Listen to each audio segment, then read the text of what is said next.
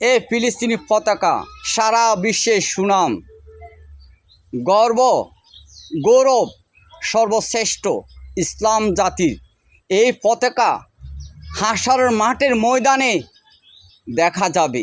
এই পতাকা হলো মুসলিম জাতির স্মৃতি।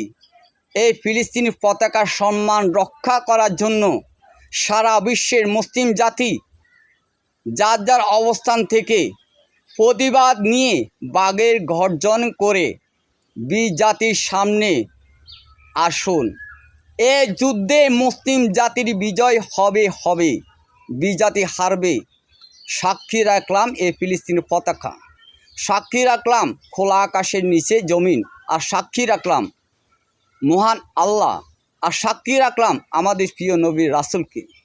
আমি আশাবাদী, আমি বাংলাদেশ থেকে বলছি, ফিলিস্তিনি স্বাধীন হবে। মুসলিম জাতির মুখে হাসি ফুটিয়ে উঠবে। শিশুর কোলে মায়ের বুকে চিত্র বেশে থাকবে। শিশুর মুখের মিষ্টি হাসি সারা পৃথিবীর মানুষ দেখবে। এই ফিলিস্তিনি পতাকা গল্প আর রূপকথার শেষ নেই। শুধু একটাই বলি, ফিলিস্তিনি পতাকা আমার হৃদয়, আমার সব কিছু।